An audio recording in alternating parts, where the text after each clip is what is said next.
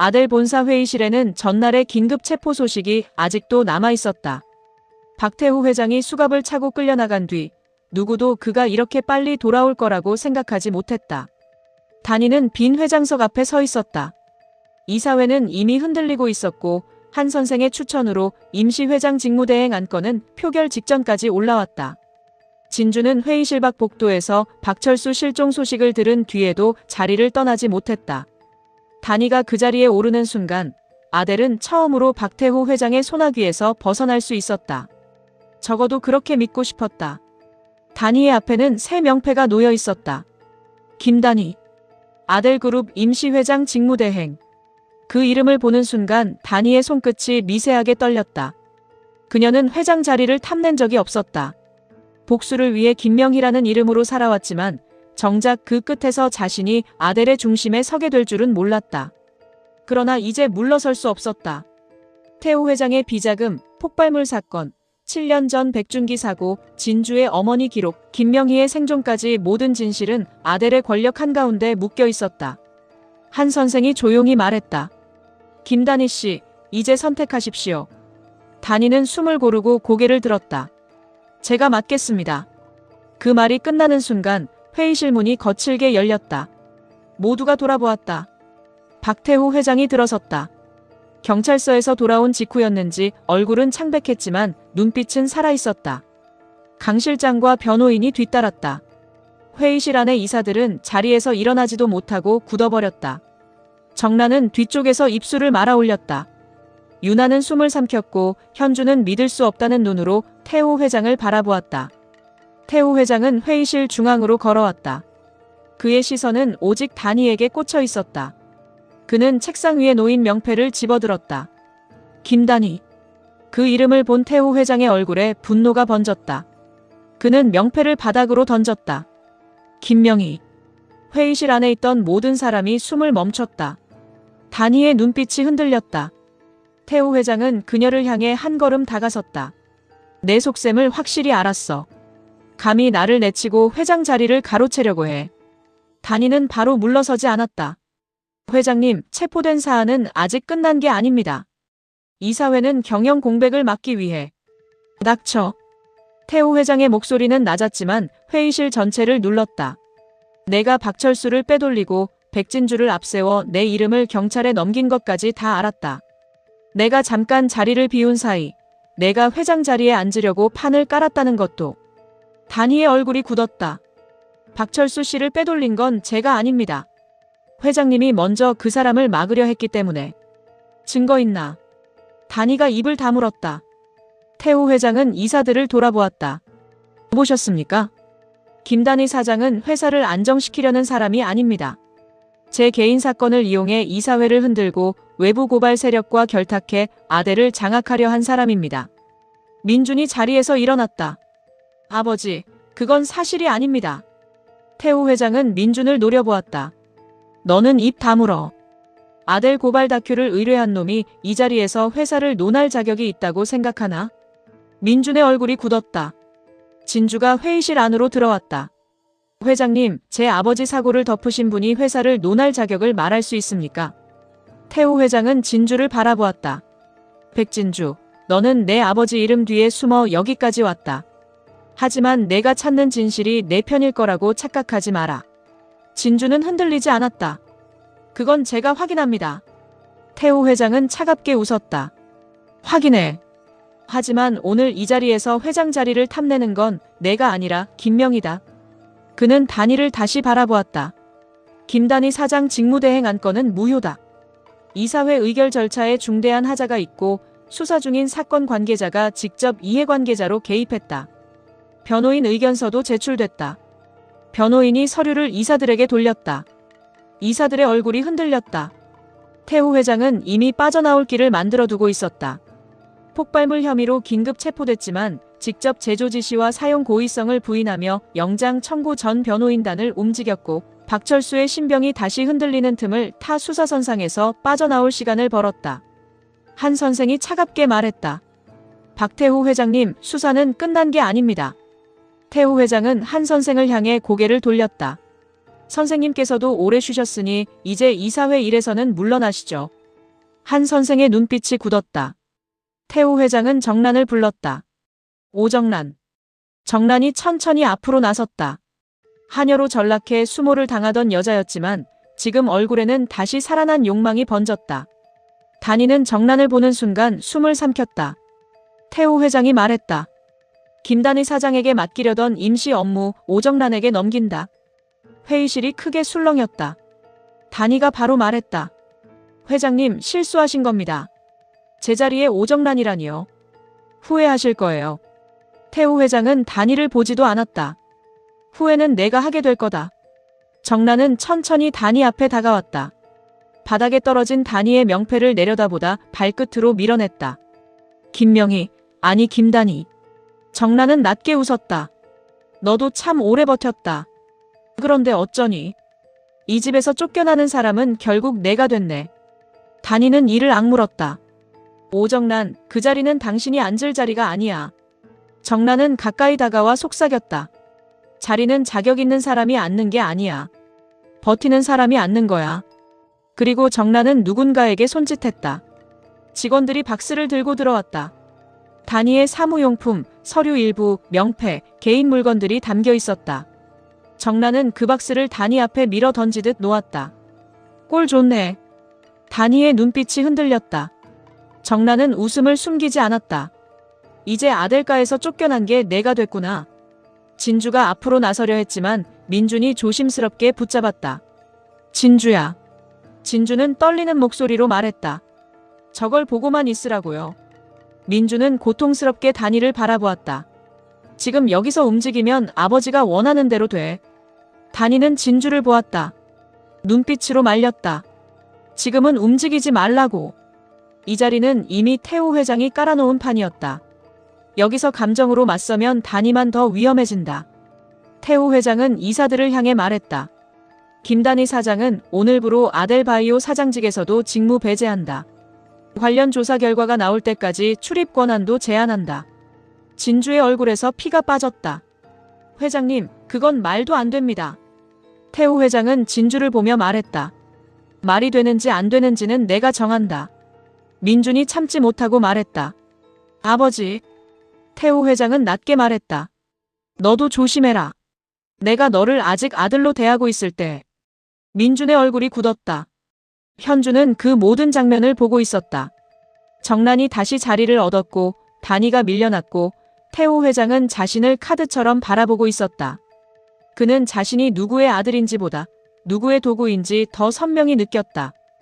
회의가 끝난 뒤 단이는 자신의 사무실 앞에 섰다. 출입 권한이 막혀 있었다. 윤정이 울먹이며 달려왔다. 단이야, 이게 말이 돼. 어떻게 하루아침에 이래. 단이는 억지로 웃었다. 괜찮아. 뭐가 괜찮아. 내 자리였어. 내가 여기까지 어떻게 왔는데. 단이는 박스를 내려다보았다. 그 안에는 자신이 김명희로 살아온 시간의 흔적들이 담겨 있었다. 그러나 이상하게 눈물은 나오지 않았다. 너무 오래 잃어왔기 때문인지 이제 쫓겨나는 것도 낯설지 않았다. 진주가 다가왔다. 단희 씨. 단이는 그녀를 보며 말했다. 괜찮아요. 지금은 아무것도 하지 마요. 진주의 눈빛이 흔들렸다. 아무것도 안 하면 진짜 쫓겨나요. 쫓겨나도 다시 들어오면 돼요. 회장님은 단희 씨를 완전히 잘라내려는 거예요. 단희는 조용히 말했다. 알아요. 그래서 더 조심해야 해요. 진주는 박스 안의 명패를 바라보았다. 바닥에 부딪혀 모서리가 깨진 김단희라는 이름. 그 이름을 보자 진주의 마음속 어딘가가 무너졌다.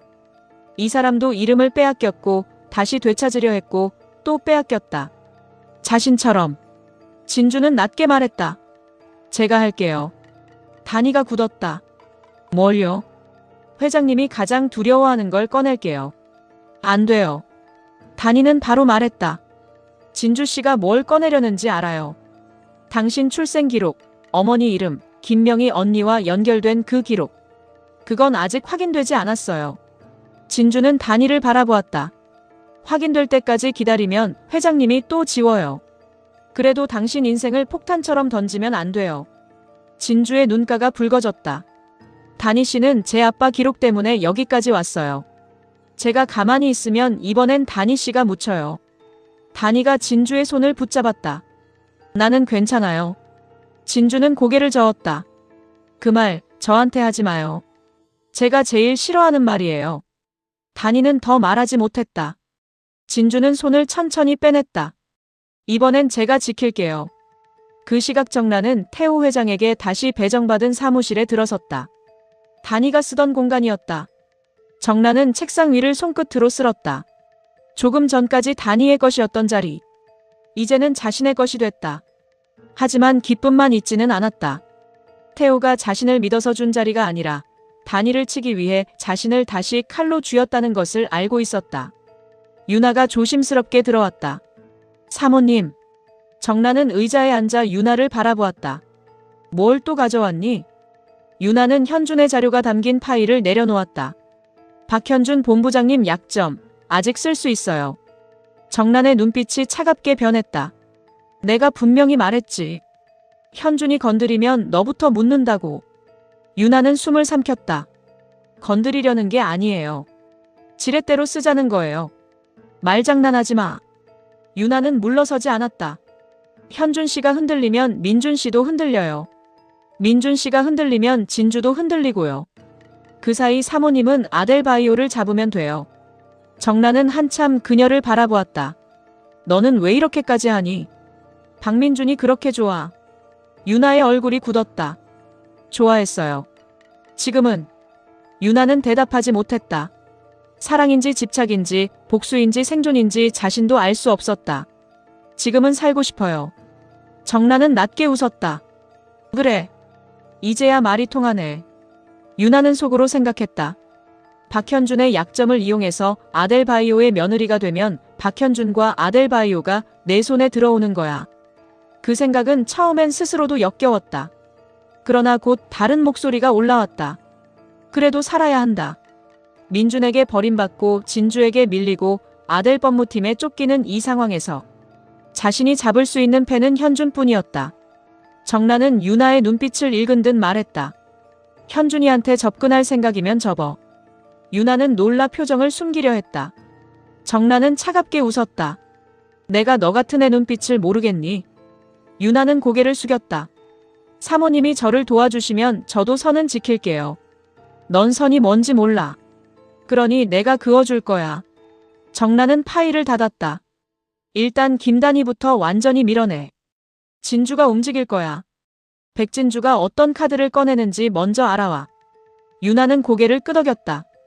그날 밤 진주는 제임스의 사무실에서 김명희가 넘긴 상자와 백준기의 영상 그리고 어머니 기록 일부를 다시 펼쳤다. 민주는 그녀 곁에 있었다. 단이는 오지 말라고 했지만 진주는 이미 마음을 정했다. 민준이 조용히 말했다. 정말 하려고. 진주는 고개를 끄덕였다. 회장님이 다니 씨를 쫓아냈어요. 다음은 대부, 옥집사님, 박철수 씨, 그리고 저예요. 한 사람씩 잘라낼 거예요.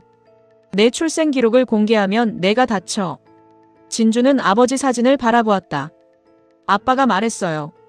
내가 누구든 나는 아빠 딸이라고. 민준의 눈빛이 흔들렸다. 진주는 그를 보며 말했다. 그 말을 믿으니까 이제 볼 수 있어요.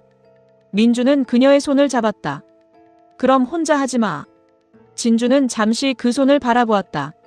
민준 씨가 제 옆에 있으면 회장님은 민준 씨도 버릴 거예요. 민주는 낮게 웃었다. 이미 버리셨을 겁니다. 진주의 눈에 눈물이 차올랐다. 민주는 그녀의 손을 더 세게 잡았다. 그래도 난 내 옆에 있을게. 진주는 고개를 숙였다. 잠시 후 그녀는 컴퓨터 앞에 앉아 방송국 기자에게 메시지를 보냈다. 자료 공개하겠습니다. 단 조건이 있습니다. 김단의 사장 해임 사유와 박태호 회장 비자금, 7년 전 사고 자료를 함께 다뤄주세요. 전송 버튼을 누르기 전 진주는 잠시 멈췄다. 손이 떨렸다. 민주는 말없이 그녀 곁에 섰다. 진주는 숨을 고르고 버튼을 눌렀다. 메시지가 전송됐다. 그 순간 아델 저택 회장실. 태호 회장은 강 실장으로부터 보고를 받고 있었다.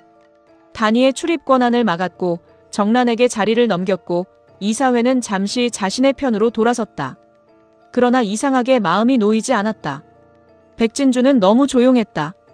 조용한 사람은 늘 무언가를 준비한다. 강 실장이 말했다. 회장님, 백진주 씨가 방송국 쪽과 접촉했습니다. 태우 회장의 눈빛이 굳었다. 무슨 자료? 김단희 사장 해임 관련 자료와 7년 전 사고, 그리고 출생 기록 일부로 보입니다. 태우 회장은 책상 위 유리잔을 움켜쥐었다. 백진주가 결국 자기 이름을 태우겠다는 건가? 강 실장은 조심스럽게 물었다. 막을까요? 태우 회장은 한동안 말이 없었다. 막지 마. 강 실장이 놀라 바라보았다. 태우 회장의 눈빛은 차갑게 식어 있었다. 공개하게 둬. 그 기록이 세상에 나오면 백진주가 먼저 무너진다. 김단희도 같이. 그는 낮게 말했다. 그리고 김명희도 더는 숨지 못하겠지. 다음 날 아침 아델 본사 로비의 대형 화면에 긴급 보도가 떴다. 직원들이 하나둘 멈춰섰다. 정란은 사무실에서 화면을 확인했고 유나는 휴대폰으로 기사를 열었다. 현주는 병원 복도에서 멈춰섰고 단희는 출입 제한된 로비 앞에서 보도를 바라보았다. 기사 제목은 짧았다. 백진주, 7년 전 사고와 아델 비자금 자료 공개 예고. 김단희 해임 배경도 함께 폭로. 단희의 얼굴이 굳었다. 진주가 그녀를 위해 위험한 결심을 했다는 것을 바로 알았다. 윤정이 옆에서 말했다. 단희야, 진주 씨가 너 살리려고 자기까지 던진 거야. 단희는 휴대폰을 꺼냈다. 진주에게 전화를 걸었다. 맞지 않았다. 단희는 이를 악물었다. 안 돼. 이건 진주 씨가 감당할 일이 아니야. 그때 로비 반대편에서 정란이 나타났다. 그녀는 다시 단희를 내려다보듯 바라보았다. 좋겠네. 백진주가 너 살리겠다고 제 인생까지 던지네.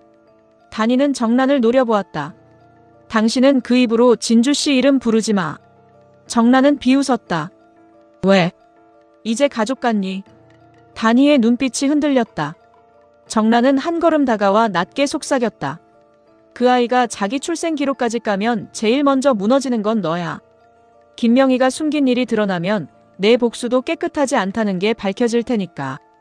단희는 말없이 정란을 바라보았다. 정란은 웃었다. 그러니까 백진주를 말려. 아니면 같이 죽든가. 그 말을 남기고 정란은 돌아섰다. 그 시각 진주는 방송국 대기실에 앉아 있었다. 민준이 곁에 있었고 제임스는 기자들과 최종 조건을 확인하고 있었다. 진주의 손에는 아버지 사진이 들려 있었다. 민준이 말했다. 아직 멈출 수 있어. 진주는 고개를 저었다. 멈추면 회장님이 이겨요. 내가 다치면. 그래도 단희 씨는 다시 들어갈 수 있어요. 박철수 씨도 찾을 수 있고 아빠 사고도 다시 열 수 있어요. 민주는 아픈 얼굴로 물었다. 너는 왜 항상 내가 다치는 쪽을 고르니? 진주는 사진을 바라보며 말했다. 내가 살아남은 사람이니까요. 민주는 더 말하지 못했다. 그때 방송국 문이 열리고 단희가 들어왔다. 출입 제한을 뚫고 온 듯 숨이 가빴다. 진주 씨. 진주가 놀라 일어났다. 단희 씨, 여긴 어떻게? 단희는 다가와 진주의 손을 붙잡았다. 하지 마요. 진주는 고개를 저었다. 해야 해요. 당신 출생 기록까지 꺼내면 회장님이 원하는 대로 됩니다. 당신을 흔들고 나를 흔들고 김명희 언니까지 끌어낼 거예요. 진주의 눈빛이 흔들렸다. 그래도 단희 씨가 쫓겨나는 건 막아야 해요. 단희의 눈에 눈물이 고였다. 나를 지키겠다고 당신을 잃으면 내가 왜 여기까지 버텼겠어요. 진주는 아무 말도 하지 못했다. 단희는 진주의 두 손을 잡았다. 내가 다시 들어갈 방법은 내가 찾을게요. 당신은 당신 이름을 지켜요. 진주의 눈물이 떨어졌다. 제 이름이 뭔지 아직 모르잖아요. 단희는 떨리는 목소리로 말했다. 백진주예요. 준기 대표님 딸, 그리고 당신이 살아온 이름. 그 이름부터 지켜요. 그때 기자가 문을 열었다. 백진주 씨, 준비되셨습니다. 진주는 단희와 민준을 번갈아 보았다. 도망치고 싶었다. 그러나 도망치면 또 누군가가 자신의 이야기를 대신 할 것이다. 진주는 손을 천천히 빼냈다. 오늘은 제 이름으로 말할게요. 단희가 굳었다. 진주는 문 쪽으로 걸어갔다. 민준이 곁에 섰다. 방송 스튜디오에 불이 켜졌다. 진주는 자리에 앉았다. 앵커가 첫 질문을 던졌다. 백진주 씨, 오늘 공개하실 자료는 아델그룹과 7년 전 백준기 대표 사고, 그리고 김단희 전 사장의 해임과도 관련이 있다고 들었습니다. 사실입니까? 진주는 마이크 앞에서 잠시 눈을 감았다가 떴다. 네, 사실입니다. 아델 저택 회장실에서 태호 회장이 그 방송을 보고 있었다. 정란도 다른 방에서 보고 있었다. 유나는 휴대폰으로 화면을 보고 있었고 현주는 병원 복도에서 멈춰 섰다. 단희는 대기실에서 숨을 멈춘 채 진주를 바라보았다. 앵커가 물었다. 그 자료를 공개하는 이유가 무엇입니까? 진주는 카메라를 똑바로 보았다. 제 아버지 백준기 대표의 죽음이 사고가 아니었다는 사실을 밝히기 위해서입니다. 그리고 그 진실을 밝히려 했다는 이유로 김단희 씨가 아델에서 쫓겨났다는 사실을 알리기 위해서입니다. 태호 회장의 눈빛이 굳었다. 진주는 이어 말했다. 하지만 오늘 제가 말하려는 것은 누군가를 회장 자리에 앉히기 위한 싸움이 아닙니다. 그녀의 손이 떨렸지만 목소리는 분명했다. 제가 누구인지, 누가 제 이름을 지웠는지 그걸 묻기 위한 시작입니다. 그 순간 방송국 제어실에서 누군가 다른 파일을 송출 대기 목록에 올렸다. 제임스가 그것을 보고 얼굴이 굳었다. 이 파일 누가 올렸습니까? 기술자가 당황했다. 저희가 올린 게 아닙니다. 제임스가 화면을 확인했다. 파일명은 진주의 출생기록 원본이었다. 그는 급히 스튜디오로 뛰어나가려 했다. 그러나 이미 앵커의 다음 질문이 이어졌다. 백진주 씨, 방금 추가 제보가 들어왔습니다. 백진주 씨의 출생 기록과 관련된 자료라고 합니다. 진주의 얼굴이 굳었다. 대기실의 단희가 자리에서 일어났다. 안 돼. 태호 회장은 회장실에서 낮게 웃었다. 이제 시작이군. 스튜디오 화면에 오래된 출생 기록 일부가 떠올랐다. 진주는 화면을 보는 순간 숨을 멈췄다. 그 기록에는 백진주라는 이름이 없었다. 대신 지워진 이름 옆에 희미하게 남은 글자가 있었다. 막. 진주의 손이 떨렸다. 앵커도 당황한 얼굴로 말을 잇지 못했다. 진주는 화면을 바라보다 천천히 고개를 들었다. 이 자료. 그녀의 목소리가 갈라졌다. 누가 보냈습니까? 그 순간 스튜디오 문이 열렸다. 김명희가 들어섰다. 모두가 놀라 그녀를 바라보았다. 단희는 대기실에서 눈물을 흘리며 화면을 붙잡았다. 김명희는 진주를 바라보았다. 내가 보냈어. 진주의 눈빛이 흔들렸다. 김명희는 천천히 말했다. 더 늦기 전에 내가 알아야 하니까. 진주는 자리에서 일어났다. 제가 누구예요? 김명희의 눈에도 눈물이 고였다. 그리고 아주 낮게 말했다. 박태호 회장님이 지운 이름.